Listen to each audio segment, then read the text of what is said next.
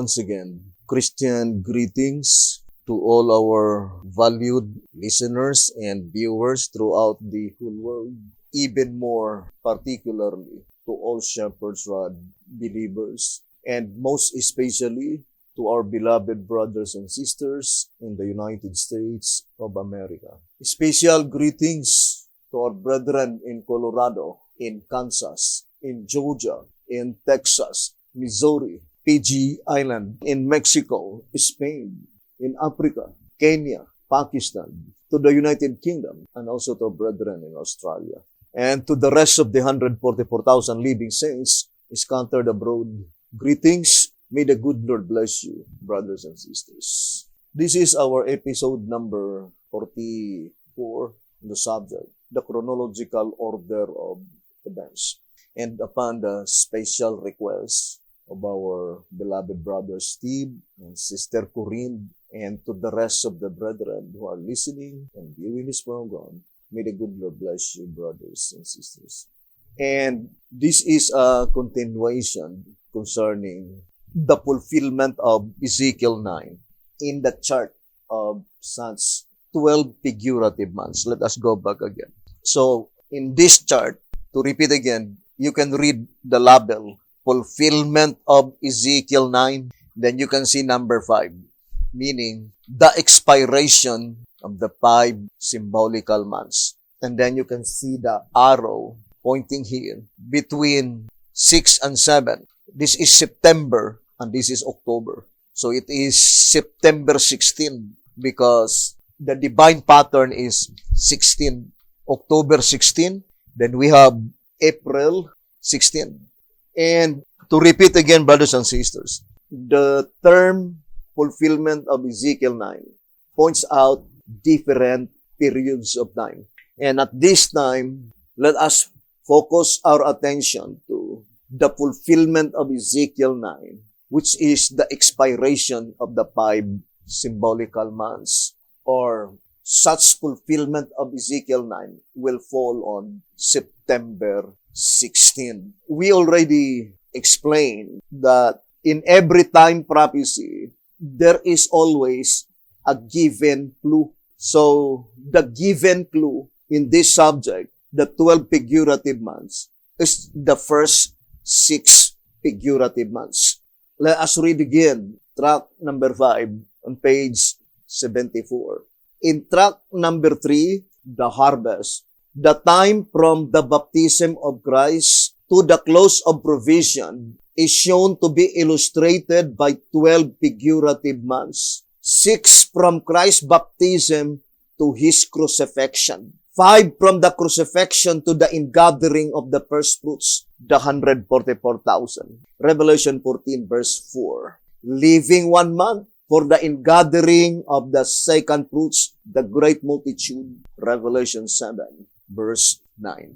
And in studying this wonderful subject, we need always to follow the inviolable rule of interpretation, as stated in answerer number 3, page 41, saying, let us remember always to observe the inviolable rule that an interpretation of one inspired statement must harmonize with all other related statements.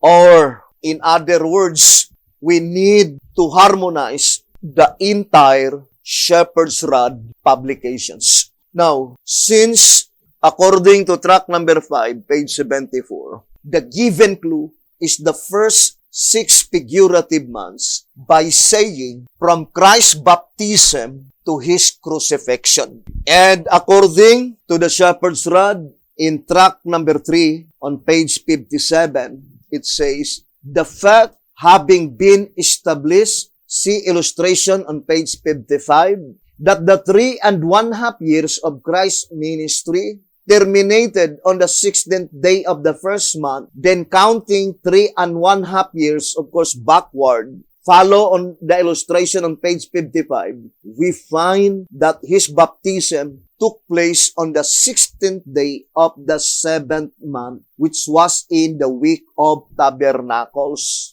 and the celebration of which was the end of the agricultural year, the close of the harvest. So, that is very plain. The first 6 figurative months commence from Christ's baptism, October 16, to his crucifixion, April 16. But in the great controversy, 327, let us read, it says 326 and 327. And he shall confirm the covenant with many for 1 week. The week here brought to view is the last one of the 70.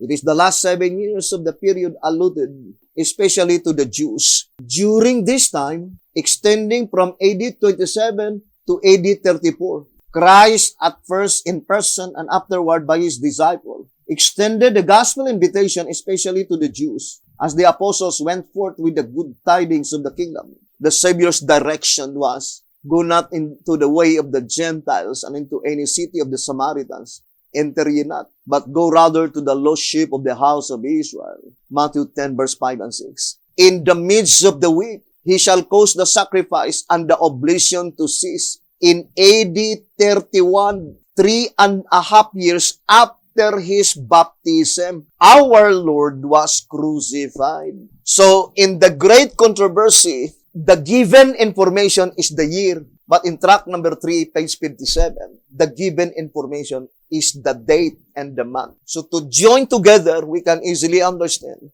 that from October 16, 27 AD to April 16, 31 AD, there are exactly 1,260 days. 1,260 days. And that is the given clue, so that we could comprehend completely the subject of the 5 symbolical months, which is in reality the particular object in view in the subject of the 7 trumpets, as stated in Revelation chapter 9, verses 5 and verse 6. Now let us read Revelation chapter 9, verses 5 and 6. It says here, and to them it was given that they should not kill them, but that they should be tormented 5 months.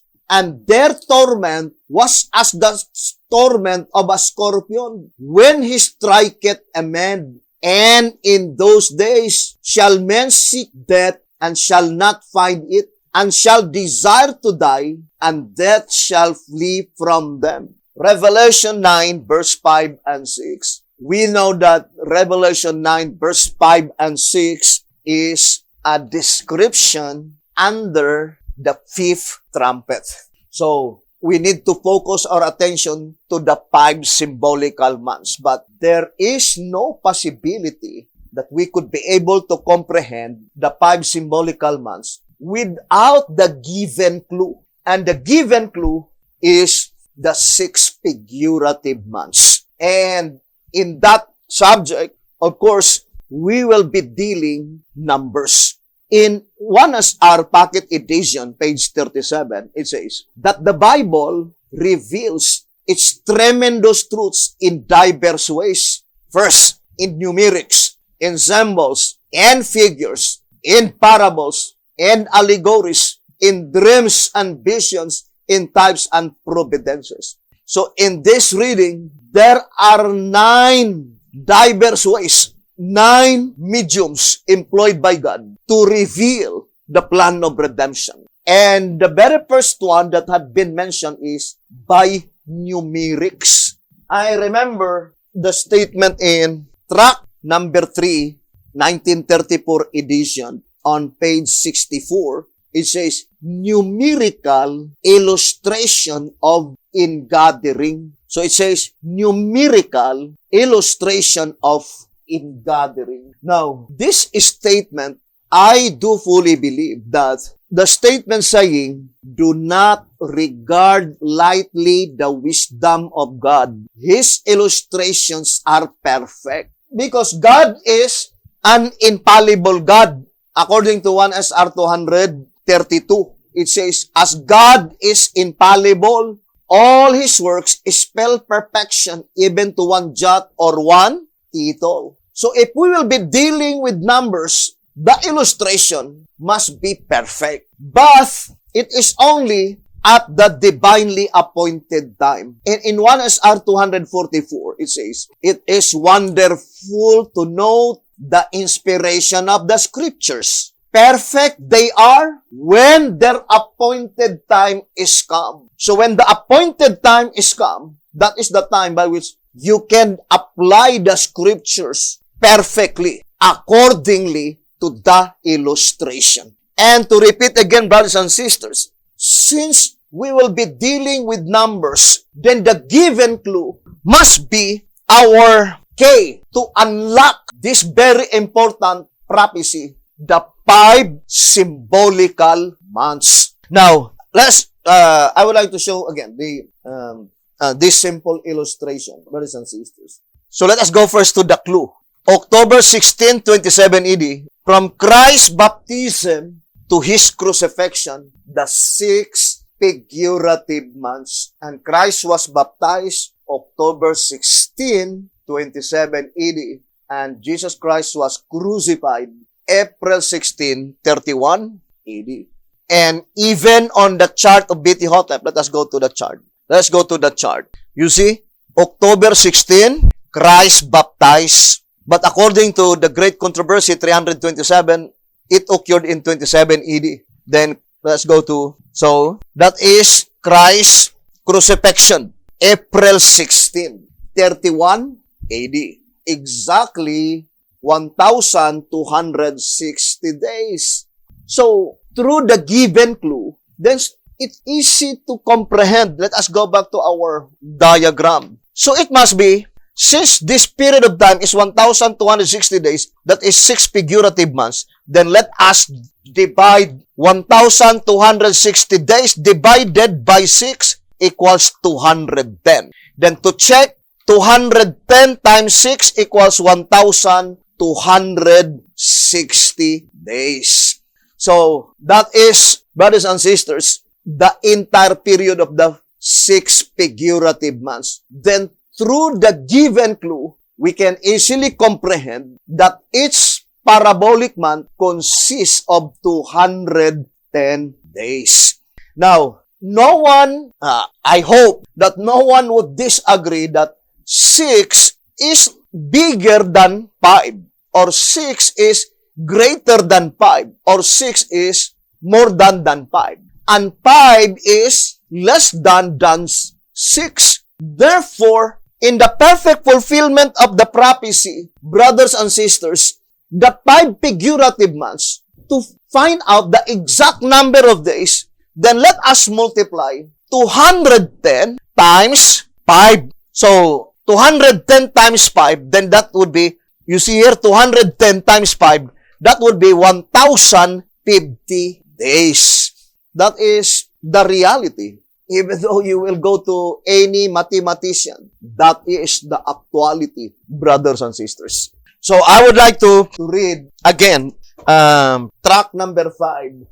Track number 5 on page 34. Track number 5, page 34. It says, fulfilled prophecies are seen therefore to be employed by the scriptures only as groundwork for that part of prophecy which is yet to be fulfilled. So, in studying the trumpet study, let us distinctly separate the groundwork and the particular object in view. And the groundwork are those fulfilled prophecies which is employed by the scriptures only as groundwork. In tract number 5, page 32, it says, the statements which must shortly come to pass, Revelation 1 verse 1, and I will show thee things which must be hereafter, Revelation 4 verse 1. Go to say that the revelation is given with the one particular object in view of showing the things lying not behind, but ahead of John's time, with reference being made only incidentally to the past in order to lay the necessary foundation upon which to build the future. So the statement here is very plain that as far as the book of Revelation is thus concerned, the perfect fulfillment of the prophecy recorded therein must be fulfilled ahead of John's time and not backward. Because the Bible is very plain. Hereafter. But the absolute fact is that, according to the shepherd's rod, in more specific terms, the word hereafter is pointing directly to 1844. Now let us read to SR 191. Therefore, the word hereafter in Revelation chapter 4, verse 1, means from the time of the vision, pointing forward to 1844. To SR page 191. Therefore, the particular object in view of the book of Revelation, it must be from 1844 onwards. So, whatever application that had been made in the past, from 1844 backwards, that is only the groundwork to build the necessary foundation of the particular object in view. And that is the very subject that we are studying at this present time. Brothers and sisters, let us distinctly separate the groundwork of the 5 symbolical months and the particular object in view. Without any doubts, the particular object in view is the 144,000 living saints. And that is the reason that there is a comparison with the first fruits on the first advent of Jesus Christ, which is the 120 disciples, and the first fruits, which is the 144,000 living saints. And we can read that in the writings of B.T. Hottek. For example, I would like to read here in 2TG 46. So let us read 2TG. It says here, and just to show that there is total comparison between the 120 disciples and the 144,000 living saints. So here in 2TG 46, I think it is page 28. So let's read the statement given by the shepherd's rod. It says, accordingly, the antitypical pre-Pentecostal harvest takes place in a self-deceived church, the Laodicean, the house of God, and through miracle-working power manifested by heaven itself through the angels, Matthew 13:39, it yields the 144,000, the first fruits of those who are never to die. Whereas the antitypical post-Pentecostal harvest takes place among the nations, and through miracle-working power manifested by the Spirit-filled 144,000, it yields the great multitude which no man could number, Revelation 7:9, the second fruits of those who are never to die. Now, the same with the illustration in, let's go to page 27. It says, to get into the full beam of light, we must first face the fact that the pre-Pentecostal harvest took place in a self-deceived church, the Jewish. And through miracle-working power manifested by Christ Himself, it yielded the 120 disciples, the first fruits of those who are to be resurrected. Whereas the post-Pentecostal harvest took place among the nations, and through miracle power manifested by the 120 Spirit-filled disciples, it yielded an innumerable multitude of converts to Christianity, the second fruits of those who are to be resurrected. 2TG 46, 27, 28, and 29. So that is the perfect and complete comparison between the 120 disciples, the first fruits, on the first advent of Jesus Christ, and the 144,000 living saints first fruit on the second advent of Jesus Christ. Now, let us go back to our subject concerning the 5 symbolical months. Now, since we are studying trumpets study, I would like to read again track number 5, page 26, symbolical or literal, which only when this question is rightly answered will we have the key, the correct interpretation to unlock this great symbolical treasure house of truth. And in page 41, it says, "For if every term is not symbolical, how shall we differentiate those which are from those which are not? And how shall we know by which to define the truth?" Track number 5, page 26 and page 41. So that reading, we can easily understand that the trumpet study, every term must be symbolical. Therefore, brothers and sisters, the statement 5 from the crucifixion to the ingathering of the 144,000, in the perfect fulfillment of the prophecy, it could not be the literal crucifixion of Jesus Christ. Now, let us now enumerate one by one. Why is it that literal crucifixion of Jesus Christ is only the groundwork? That is not the perfect fulfillment of the prophecy. In the subject, the trumpets study, because the trumpet study is a symbolical prophecy, not literal. Now, for example, let us read in track number 5 on page, let's read the statement given by the voice of inspiration. It says, page 32 in track number 5, and then page 35. It says, "This basic truth that each period of destruction follows only after a corresponding period of sealing is corroborated by the fact that the symbolical locust which came up at the sounding of the 5th trumpet hurt only those men which had not the seal of God in their foreheads." All this shows not only that each trumpet follows its sealing period, but also that the nature of the trumpets reveals the punishment of those who failed to receive the seal in their particular periods.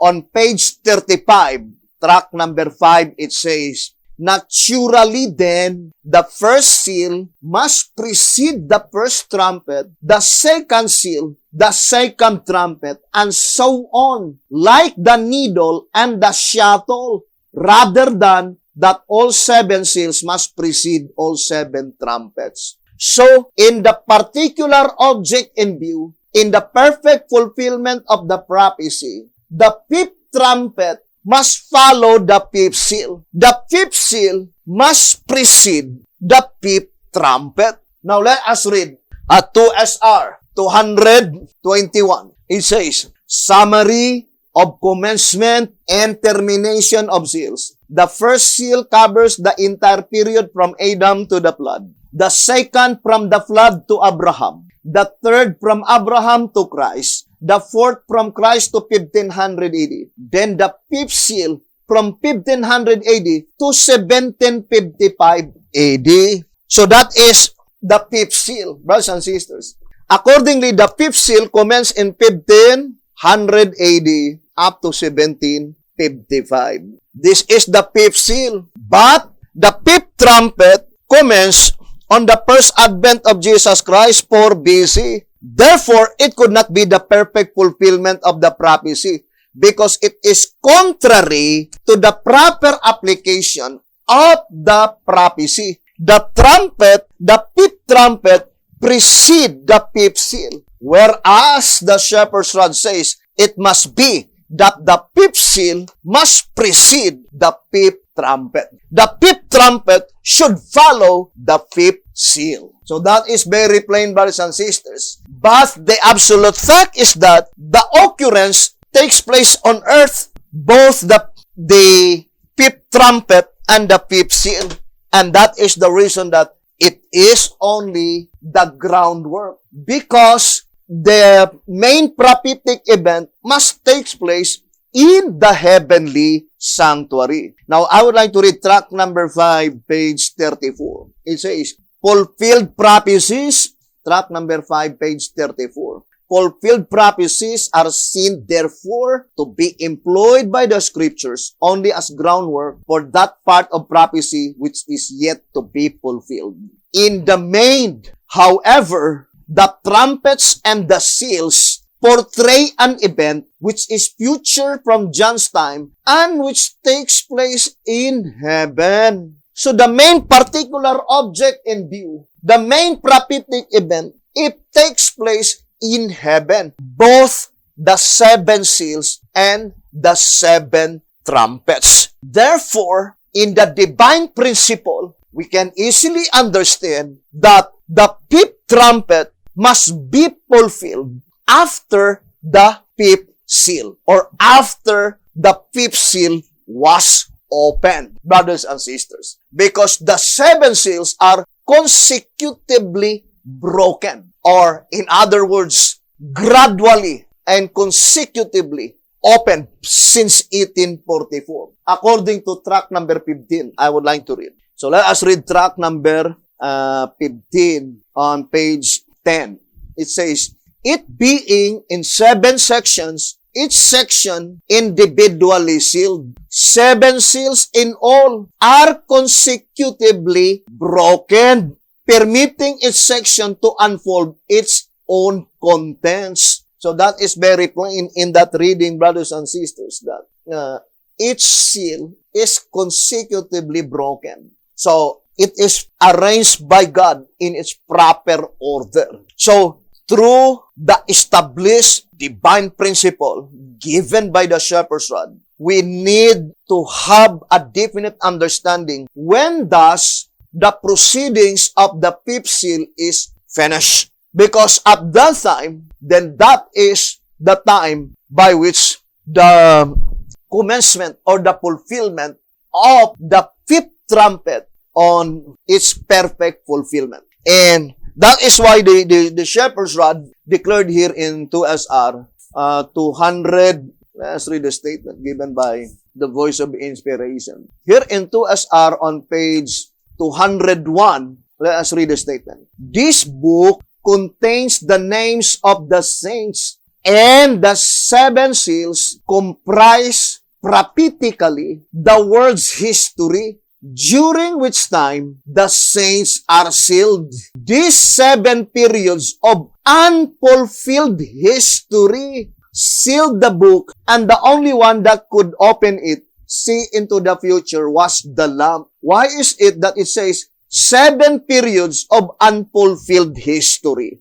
Why is it that it says it is unfulfilled, in spite of the fact that it is called history? Plainly indicating that the statement unfulfilled history is pointing to the particular object in view. Brothers and sisters, it was unfulfilled from 1844. The perfect fulfillment must be from 1844 onwards, and more particularly to our subject, the 5 symbolical months. Now, I would like to read, brothers and sisters, tract number 5. Here in tract number 5, page 74, it says, so let us read. Tract number 5, page 74. The fact too that the trumpets are figurative is another evidence that these 5 months are figurative time. Because if it is literal months, then it is only 150 days. Because 5 months times 30, every month 30 days. So that is 150 days. But this is not 150 days because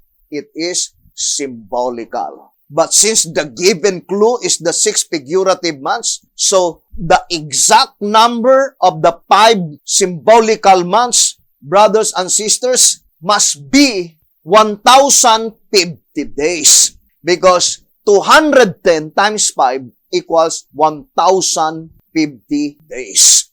Now, let us read again the statement in tract number 5, page 74. It says, it will be noted that the 144,000 are called the first fruits. So the 144,000 are called the first fruits, denoting that they are sealed at the beginning of the harvest, the commencement of the time to separate the tares from the wheat. To the parable of the harvest, then we must go for the full explanation of the 5 months period. So hoping that we could be able now to give you the full explanation of the 5 months period. Then it says, in track number 3, the harvest, the time from the baptism of Christ to the close of provision, is shown to be illustrated by 12 figurative months, 6 from Christ's baptism to His crucifixion. How many days from Christ's baptism to His crucifixion? 1,260 days.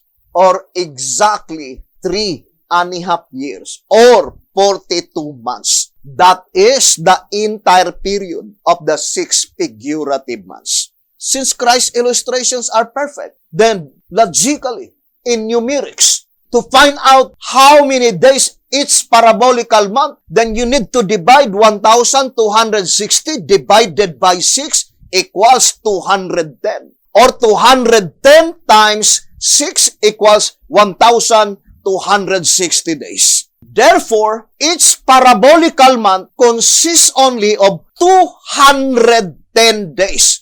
Because the literal month consists only 30 days. But the one parabolical month consists of 210 days. Then it is not difficult to find out the entire period of the 5 symbolical months by multiplying 210 times 5 equals 1,050 days. So that is very plain, brothers and sisters. Now, let us go back again to our reading. Track number 5, page 74.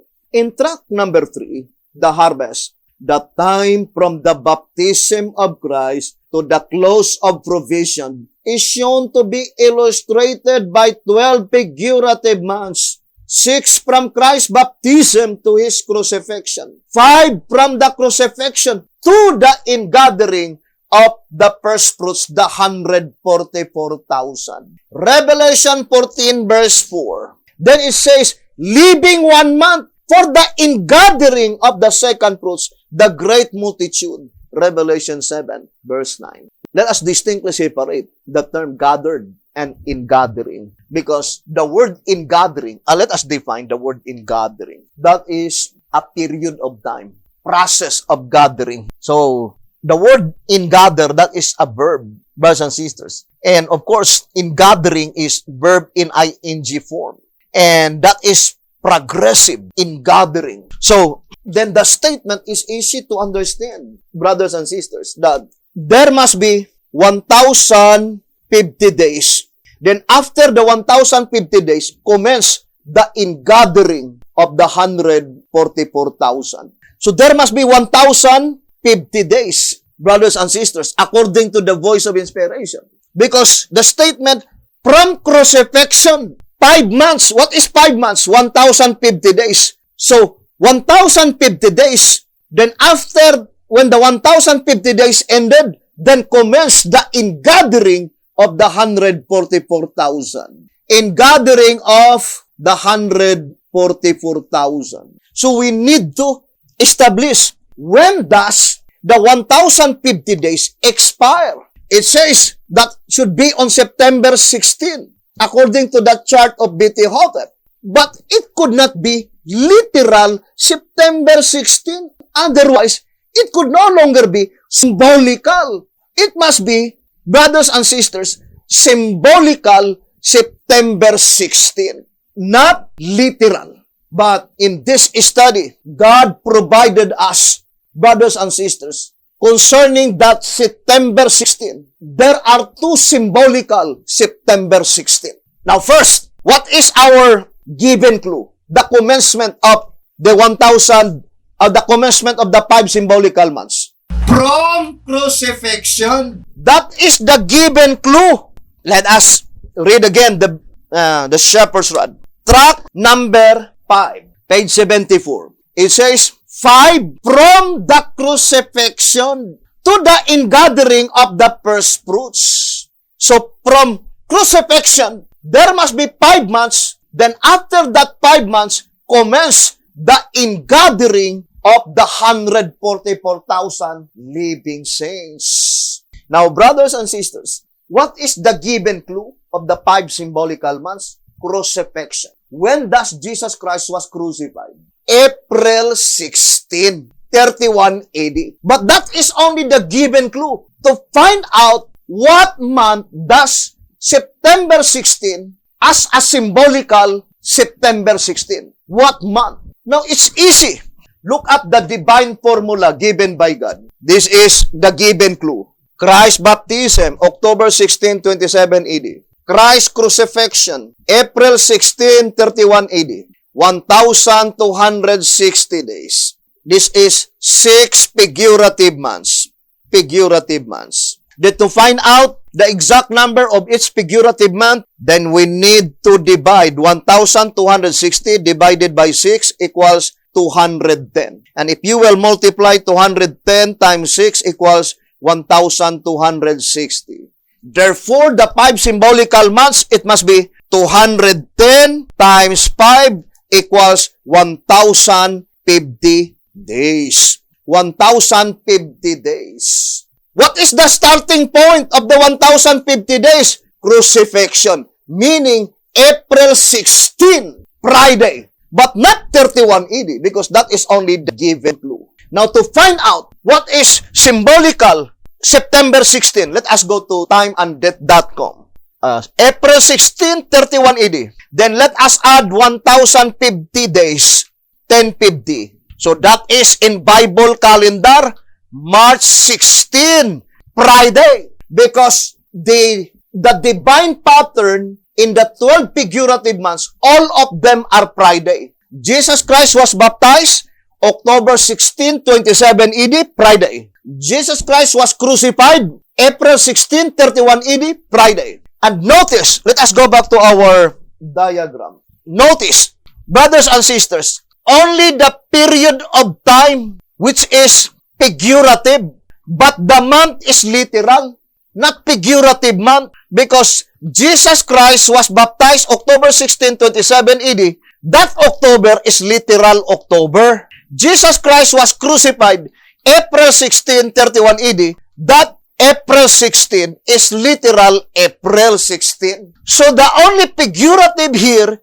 is the period of time. But in the 5 symbolical months, all of them are symbolical. September 16 must be symbolical. The period of time must be symbolical. Now, let us go back to timeanddeath.com. April 16, 31 AD, 1,050 days, because that is the entire period of the 5 symbolical months, then you will fall on March 16, and that is Friday. Not all March 16 is Friday. Only pattern number 1. And that is why very important, the Bible pattern calendar. Therefore, we now completely establish that the symbolical month, September 16, is March 16. Now, here's another symbolical month, brothers and sisters, which we called it the seasonal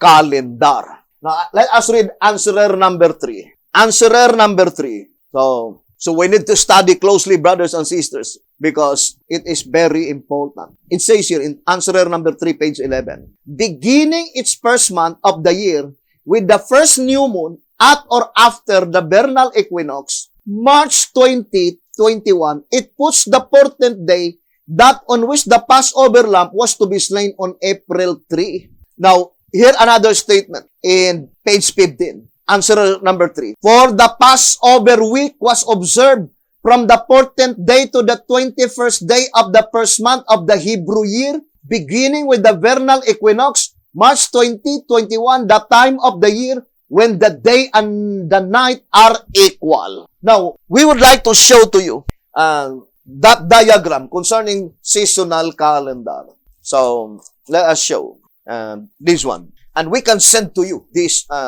illustration because it is very helpful. And look at, brothers and sisters. So this is the seasonal calendar in Gregorian calendar. So according to the Shepherd's Rod, March 20 is April 1. So you can have this in numeration one by one. Then, let us go to the last part. Therefore, the symbolical September 16 in seasonal calendar must be September 4. So, if these three will be aligned perfectly, then that is the given sign by God that is the expiration of the 5 symbolical months. March 16 on Bible calendar, September 16 in Gregorian calendar, and September 4 on seasonal calendar, and then it must be Friday. It happens only once in a lifetime. To secure our brothers and sisters, to secure this truth, God never allowed that this occurrence will happen except only on that divinely appointed time. Ponder deeply, brothers and sisters. Now, and that event occurred in 2020. Now, let us look at the calendar on 2020. We would like to show to you, brothers and sisters, and we are not bothered to those who will oppose this message because the time is very short. And we will be either leap for joy or gnash our teeth. Now, let us look at the calendar in timeanddeath.com. So, September 4, Gregorian calendar. September 4, 2020. You see, that is March 16 in Bible calendar. So, September 4, 2020, there is no other year, brothers and sisters, that September 4 to or March 16 in Bible calendar. Let us reverse. Bible calendar. March 16. Is it 2021? 2021. Bible calendar. March 16, 2021. In seasonal calendar, Gregorian, that is September 4, 2020. What is September 4? In seasonal calendar, that is September 16. So, September 16 was illustrated by 2 symbolical months. Bible calendar. So, if we will ask the question, what is the symbolical September 16 in Bible calendar? That is March 16. What is the symbolical September 16 on seasonal calendar, Gregorian calendar? That is September 4. And that occurrence, let me see, although I did not know when will it happen again, brothers and sisters, but for sure, it will take thousands of years before it will repeat again. That September 4 in Gregorian calendar is Friday and March 16 in Bible. For example, let us go to Gregorian calendar just to show to them. For example, succeeding 7 years.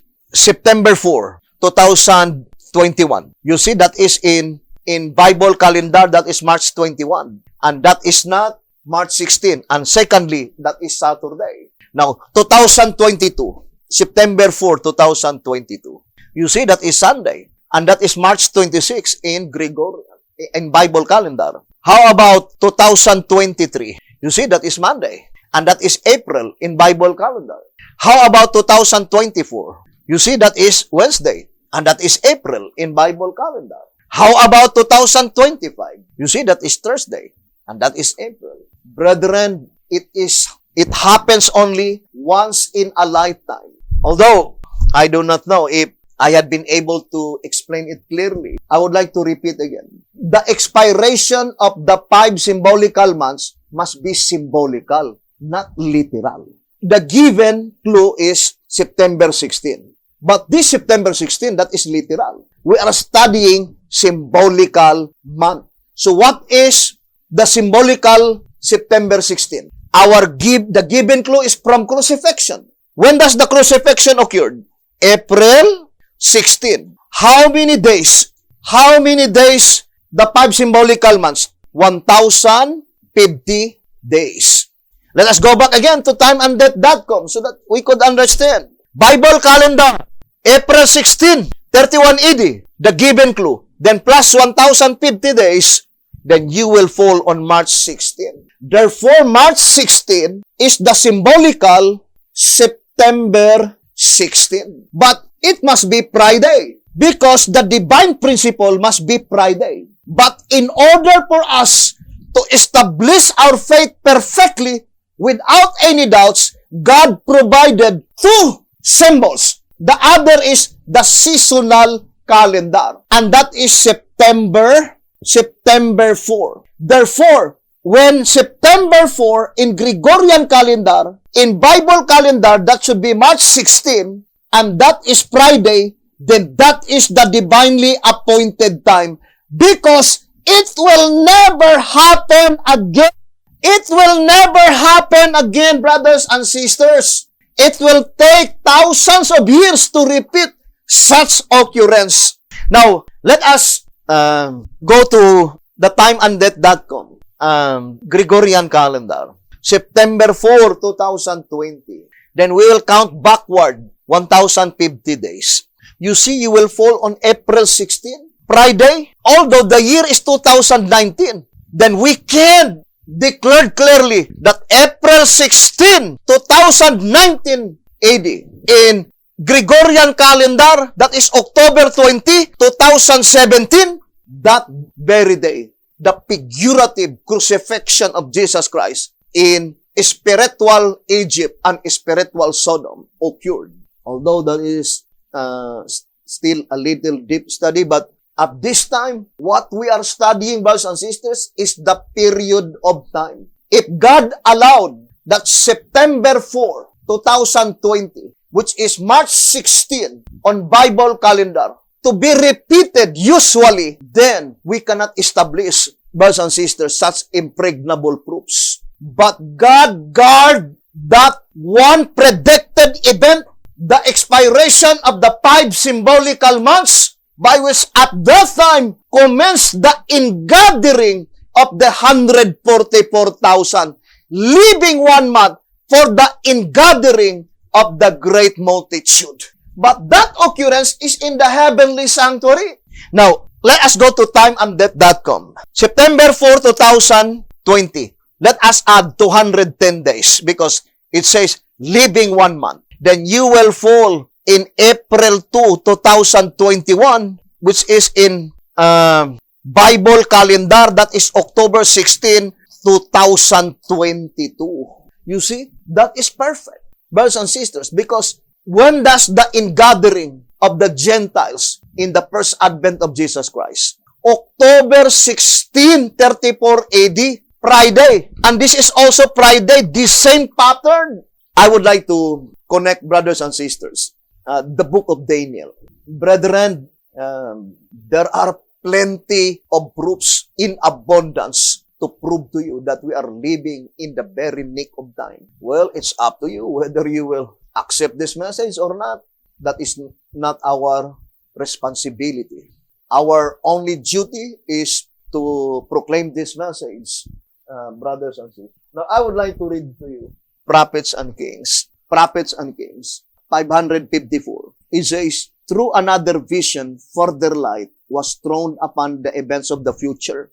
And it was at the close of this vision that Daniel heard one saint speaking, and another saint said unto that certain saint which spake, how long shall be the vision? Daniel 8 verse 13. The answer that was given, unto 2,300 days, then shall the sanctuary be cleansed. That is very plain. Verse 14. Filled him with perplexity. Earnestly, he sought for the meaning of the vision. He could not understand the relation sustained by the 70 years captivity as foretold through Jeremiah to the 2,300 years that in vision he heard the heavenly visitant declare should elapse before the cleansing of God's sanctuary. The angel Gabriel gave him a partial interpretation. Yet when the prophet heard the words, the vision shall be for many days, he fainted away. I, Daniel, fainted. He records of his experience and was sick certain days. Afterward, I rose up and did the king's business, and I was astonished at the vision, but none understood. Now, I would like to focus to the statement, Daniel could not understand the relation sustained by the 70 years captivity as foretold through Jeremiah to the 2300 years. How about us? Did we understand the relation of the 70 years to the 2,300 years? Of course, brethren, the promise that was given by God to Daniel must be to the things by which Daniel desired to understand. And the mere fact that Daniel wished to understand what is the relation between the 70 years and the 2,300 days and nights, and what is the relation of the 70 weeks with the 2,300 days and nights. The promise must be pointing to the point by which Daniel do not understand. Now, let me read to you 1 TG, number 11, pages 7 and 8. So, let us read. It is concerning Zechariah chapter 1, verse 12. 1 TG, 11, pages 7 and page 8. Then the angel of the Lord answered and said, O Lord of hosts, how long wilt thou not have mercy on Jerusalem and on the cities of Judah, against which thou hast had indignation these 70 years? So it is 70 years. Zechariah 1 verse 12. Then it says, the prophet Jeremiah's prediction that the Jews were to spend 70 years in Babylonian captivity had ended, although they were still in Babylon. But since this symbolical prophecy, so what is the 70 years mentioned in Zechariah 1 verse 12? It is not literal 70 years, but symbolical prophecy. But since this symbolical prophecy finds its fulfillment in our day, instead of in Zechariah's day, the angels plea for mercy on Jerusalem and on the cities of Judah, therefore, find its direct application in this day. There is, however, this parallel. The time the Babylonian captivity overlapped, some years the time of returning to Jerusalem. In like manner, John's prediction that the church should return to the vineyard after having spent 1,260 years in the wilderness, in the lands of the Gentiles, Revelation 12 verse 6, had ended and even overlapped since the year 1798, and there was no sign as yet for her returning. And as the denomination was in no condition to accept additional truth, the results are that the church still in the wilderness, concerning which inspiration said, if the people of God had gone to work as they should have gone to work right after Minneapolis meeting in 1888, the world could have been warned in 2 years and the Lord would have come. General Conference Bulletin, 1892. Now, look at, brothers and sisters, the parallelism given by the Shepherd's Rod. From 538 AD to 1798 AD, that is 1,260 years. The woman did not return from wilderness to the vineyard, not until 1800 AD. The vineyard mentioned here is the modern vineyard. That is the United States of America. So, there are 2 years. The same with the Babylonian captivity from 606, according to the Shepherd's Rod, from 608 BC to 538 BC. 608 minus 70. 538 BC. The 70 years ended. But they did not return to Jerusalem, not until 536 BC. So, there is a parallelism. The same, brothers and sisters, with Zechariah chapter 1, verse 12. By which that number 70 is not literal, the 70 years. But rather, there must be 70 jubilees. And one jubilee, we know, 50 years. Therefore, 70 times 50 equals 3,500 years. So that is very plain, brothers and sisters. That is 3,500 years. So here, brothers and sisters, the voice of inspiration is plainly telling us that the same occurrence, there is a perfect parallelism between the Babylonian captivity, but this Babylonian captivity is literal 70 years. This Dark Ages is symbolical because this is 1,260 days. And being symbolical, it is 1,260 years. And also this is symbolical, not literal 70 years. It must be 70 jubilees, and that must be 3,500 years. If we could be able to get the starting point of this 3,500 years, then we will be able to know when does the end part of this 3,500 years. From the time it will be ended, it will take, brothers and sisters, 2 years to our deliverance to Mount Zion. So that is very plain. And it's easy, brothers and sisters, because in Bible calendar, that deliverance must be in 2024. Then, let us subtract 3,500 minus 2024. Then, it must be 2024 minus 2. Then, 2022. Then, 3,500 minus 2022. Then, you will fall in 1477 BC. From 1477 BC to 2022. But this is Bible calendar. In Gregorian calendar, 2022, that is 2021, and this is 2022. Gregorian calendar. What happened in 1477 BC?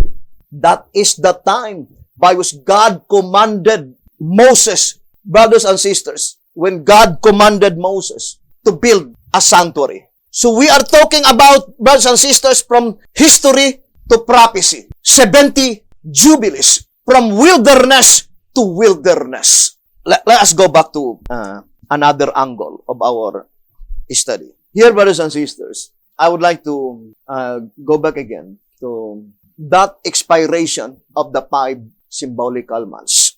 To repeat again, the expiration of the 5 symbolical months, it must be Friday. The expiration of the 5 symbolical months, it must be March 16. But September 4 on Gregorian calendar. Because September 4, in seasonal calendar, that is September 16. September 16, in Bible calendar, that should be March 16, the symbolical September 16. So, God provided us, brothers and sisters, this infallible fruit due to the fact that it will never be repeated again.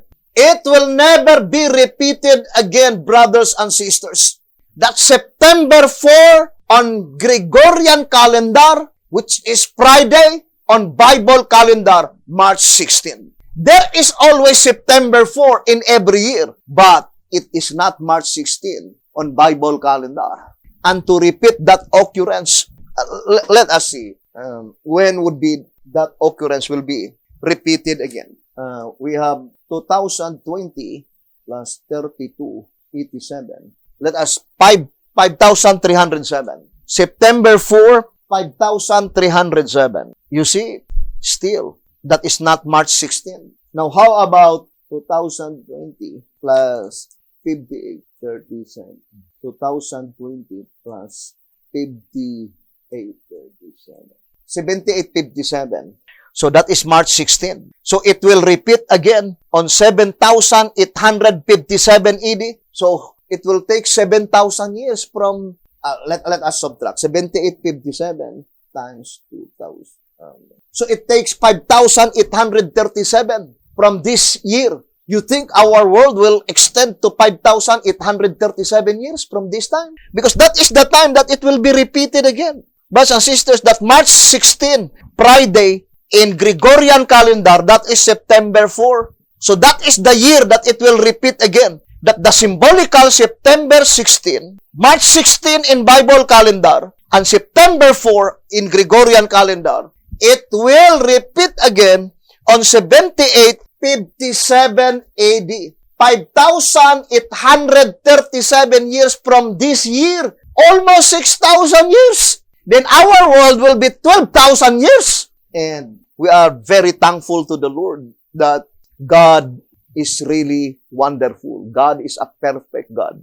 In order for us not to doubt the expiration of the 5 symbolical months, God put it in a date by which it happens once in a lifetime. Never be repeated in the usual years. Can you imagine that occurrence will be repeated again on 7857 AD? 7,857? Brothers and sisters, it takes 5,837 years from this year. Without any doubts, brethren, September 40, 2020, the commencement of the ingathering of the 144,000 living saints. Where? What is the first work of the ingathering? Of course, to seal their names in the Lamb's Book of Life. So such ingathering takes place in the heavenly sanctuary. September 4, 2020. When does the fifth seal ended? April 1, 2020. Let us show to you, brothers and sisters, the chronology in the most holy place. So, let us show that diagram. So you see, the fifth seal ended on April 1, 2020. And what is the statement given by the shepherd's rod? The fifth trumpet must begin after the fifth seal, because the fifth seal precedes the fifth trumpet. And what is the 5 symbolical months? That is under the fifth trumpet. So that is very plain, brothers and sisters. So it must be on September 4, 2020. That is the commencement of the ingathering of the 144,000, leaving 1 month for the ingathering of the great multitude. It did not say that the gathering of the great multitude is only 210 days. No, that is not. But rather, so let us, September 4, 2020. Then let us add 210 days. That would be on Gregorian calendar, April 2, 2021. In Bible, that is October 16, 2022. That is 210 days. Therefore, on April 2, that is in the heavenly sanctuary, April 2, 2021, which is in Bible calendar, that is October 16, 2022. This is the commencement of the ingathering of the great multitude, meaning the inscription of their names in the Lamb's Book of Life. Because the cleansing of the sanctuary must be on March 27, 2021. And in Bible calendar, that is October 10, 2022.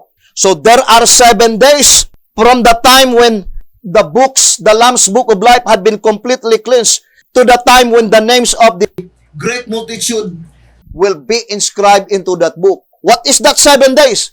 Half-hour silence. Now, let us focus our attention to the half-hour silence. Half-hour silence. Let me see if we have that diagram concerning, 197.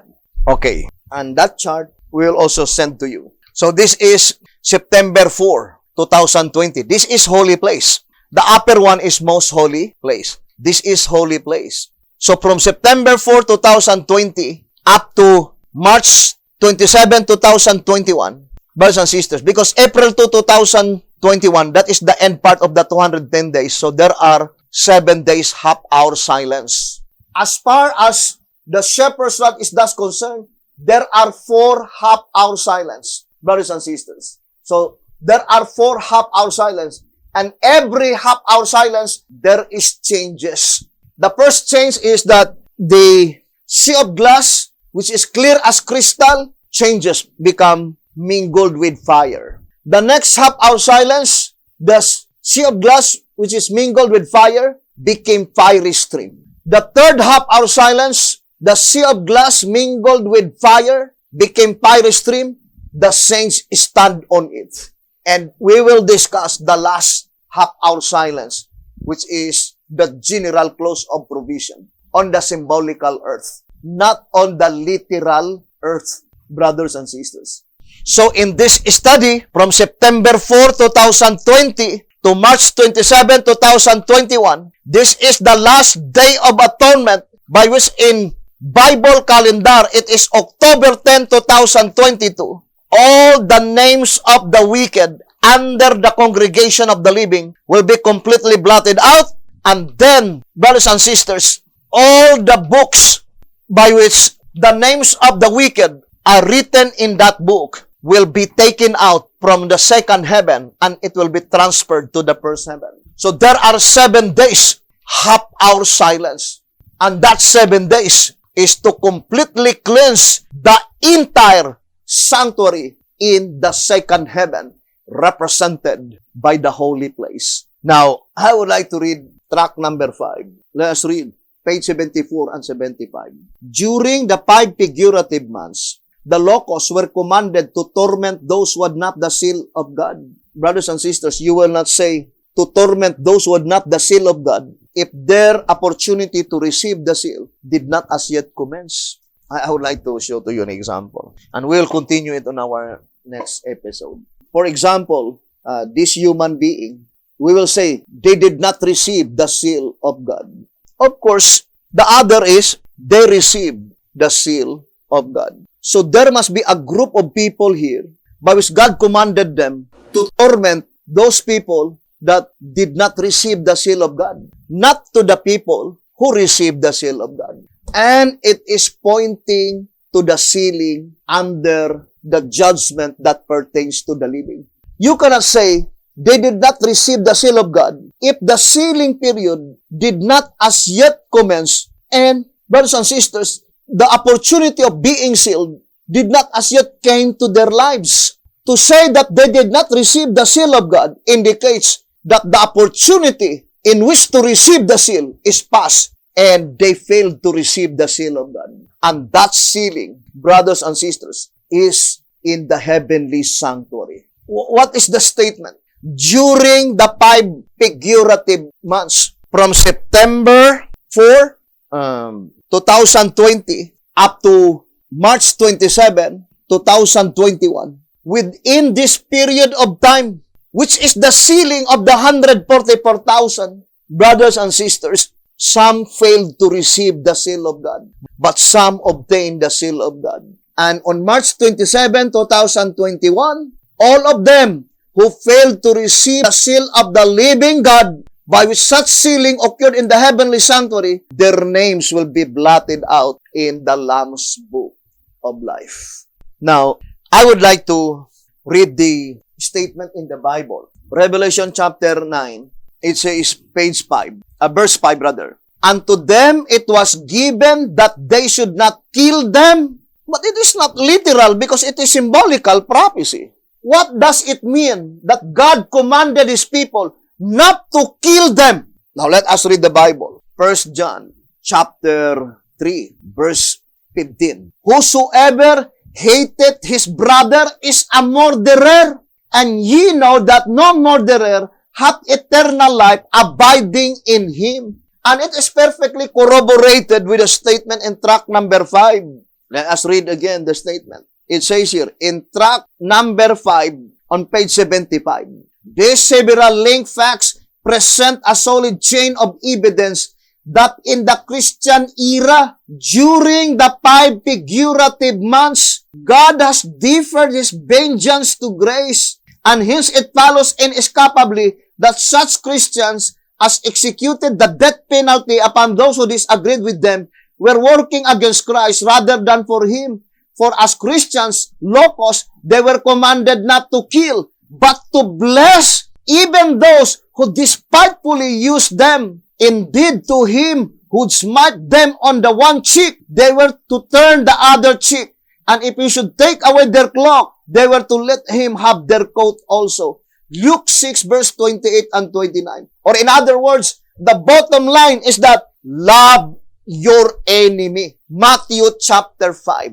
That is what that it means by that divine command. We should not speak evil to other people to be a part of that 144,000 living saints. It says here in Matthew chapter 5 on verse 44, it says, but I say unto you, love your enemies, bless them that curse you, do good to them that hate you, and pray for them which despitefully use you and persecute you. Matthew 5 verse 44. So, for example, we had been persecuted and there are many disobedience that speaking evil against us. But God commanded His people to love them and we need to pray for them. and we need to bless them, not to speak evil against them. That is the divine command, according to the voice of inspiration. And brethren, there are plenty of proofs. The evidences are in abundance, and we will gradually share it to you, episode by episode.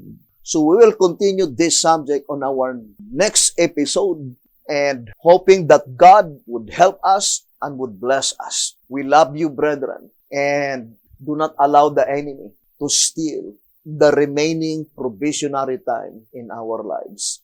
Because there is a brother that communicated with me, and he expressed his eagerness to listen to this message. And he is a Davidian.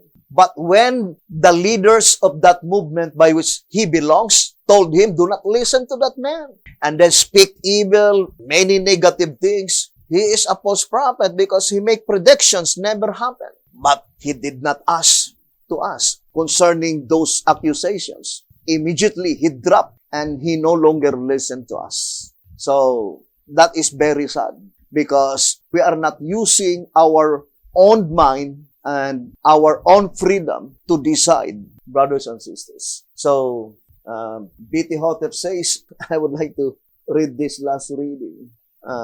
In General Conference Special on page 9 and page 10, it says, Then too, no one should forget that when anyone joins the Adventist Church, he does so if he is in his right mind without the approval of his former ministers. For example, if you are a Baptist before, and in order for you to join, whether to join or not the Adventist movement, should you go your former ministers and ask them? They will not speak any positive. They will discourage you and speak all negative things. So this is the reminder of B.T. Hotep here in General Conference Special, page 9. Then too, no one should forget that when anyone joins the Adventist Church, he does so if he is in his right mind without the approval of his former ministers. Neither does he join the church, it says, because of a large membership or well-behaved people, but because he knows he has heard the truth as revealed by the spirit of prophecy itself. Since it was in pursuing this wise course that any of us ever came to accept the prophet and the message, so must it still be if we are to know and to receive Elijah. And in the last part, it says, the crown of life demands our most vigilant guarding of it, because a foul enemy seeks to wrest it from our grasp. General Conference Special, pages 9 and page 10. And I guarantee to you, you can never hear this message to any Davidian movement. It is only in the layman's movement. And they could not be able to present, brothers and sisters, more clearer than we thus present this message. The only thing that they could do is to speak evil, to speak negative things. That is the only thing that they could do. So thank you very much for listening and viewing this program. May the good Lord bless you and have a beautiful, wonderful evening.